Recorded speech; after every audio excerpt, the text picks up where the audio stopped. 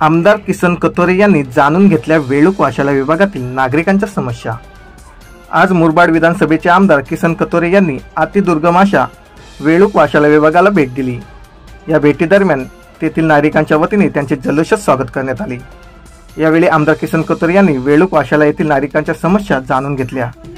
त्याचबरोबर शहापूर तालुक्यातील पटकीचा पाडा वेळूक रस्ता खराब असल्याने महिलेला प्रसूतीसाठी डोळेतून दवाखान्यात नेत असताना या खराब रस्त्यावरच प्रसूती झाली होती। त्या पटकीचा पाडा रस्त्याचे आमदार किसन कथोरे यांनी पाहणी करून लवकरात लवकर या रस्त्यासाठी निधी उपलब्ध करून देईल असा शब्द तेथील नागरिकांना आमदार कथोरे यांनी दिला।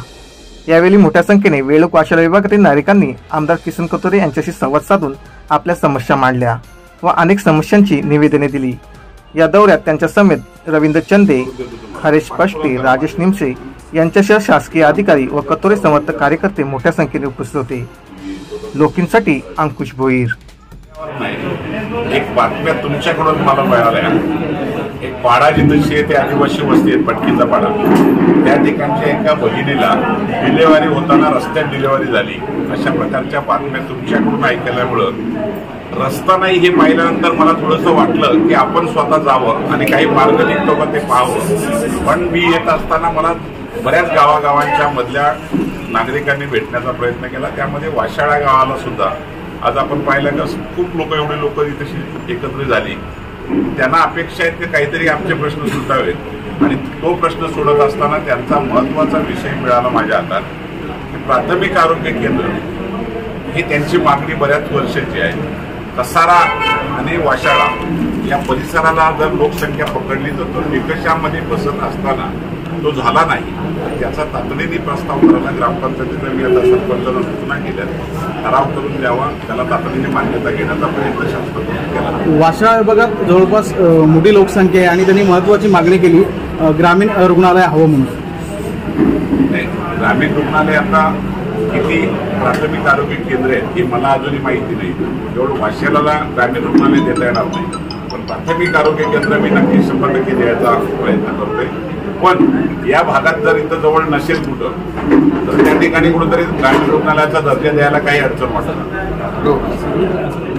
नाही। पाड्याला मागच्या 8 दिवसापूर्वी एका भगिनीला रस्त्यात डिलिव्हरी करण्याची पाळी आली आणि ती बातमी सगळ्याच पेपरमध्ये, चॅनलवर तुम्ही लोकांनी दिली। त्यामुळे मला वाटलं का जर रस्त्याअभावी जर अशा प्रसंग त्या गावावर असेल तर त्या ठिकाणी आपण जाऊन यावं आणि आपल्याला काही मदत करता येते का ते करण्याचा प्रयत्न करण्यासाठी मी खास करून इथं आलोय।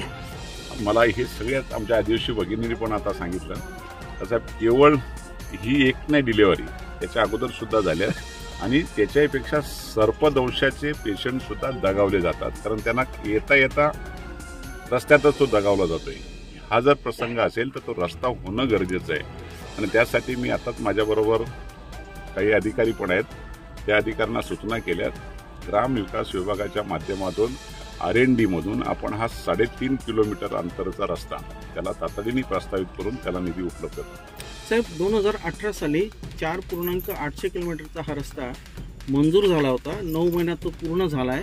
तो साधारण 2,72,00,000 रस्ता त्या ठिकाणी झाला आहे।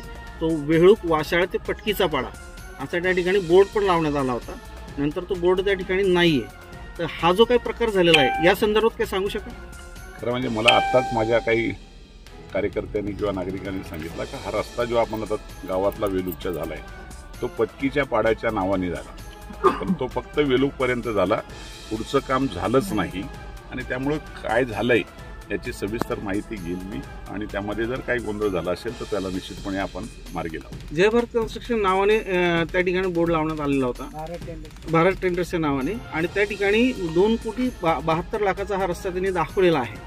तो झालाच नाही, त्या संदर्भात काय कारवाई करता येणार काय? 100% जर दाखवला असेल, खर्च पडला असेल तर ही आज हा एखाद्या भगिनीला जो त्रास झालाय त्याचं चौकशी करून निश्चितपणे त्याला न्याय देईल। आज पटकीच्या पाड्याच्या लोकांसाठी काय म्हणजे काय रस्त्या संदर्भात काय गोष्ट? रस्ता 100% हा होणार।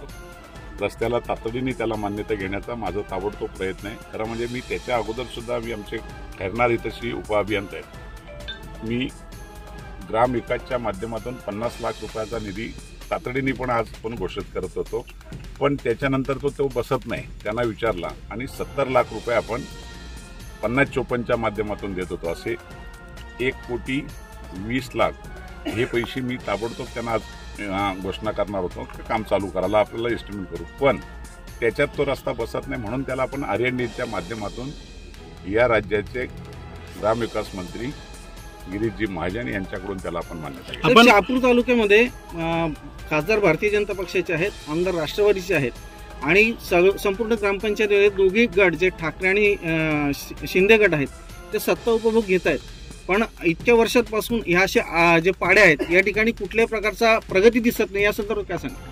नाही, कोणत्या पक्षाचा पदाधिकारी आहे याच्यापेक्षा काम करायची जी विचारधारा आहे ती असावी. खरं म्हणजे आम्ही सगळेजण कोणीही निवडून आला तर त्यांनी पहिल्यांदा आमच्या लोकांना सुविधा दिल्या पाहिजे.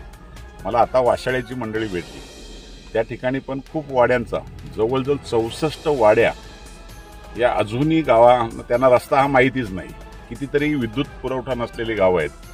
मी त्या बाबतीमध्ये निश्चितपणे याच्या आदिवासी मंत्र्यांच्याकडे बैठक लावून त्या वाड्यांना जोडणारे रस्ते त्यामध्ये घेण्याचा प्रयत्न करतो. त्यामध्ये काही ठिकाणी वन विभागाच्या अडचणी आहेत, वन विभागाचे पण 3-2चा प्रस्ताव करून आपण सुधीरभाऊ मुनगंटीवार वनमंत्री यांच्याकडे शहापूरसाठी एक बैठक आम्ही लावू आणि आम्ही त्यातून मार्ग काढणार. स्थानिक लोकप्रतिनिधींची उदासीनता म्हणता येईल? नाही, मी कोणाच्याही उदासीनतेवर बोलण्यासाठी आलो नाही, त्या भगिनीसाठी आलोय.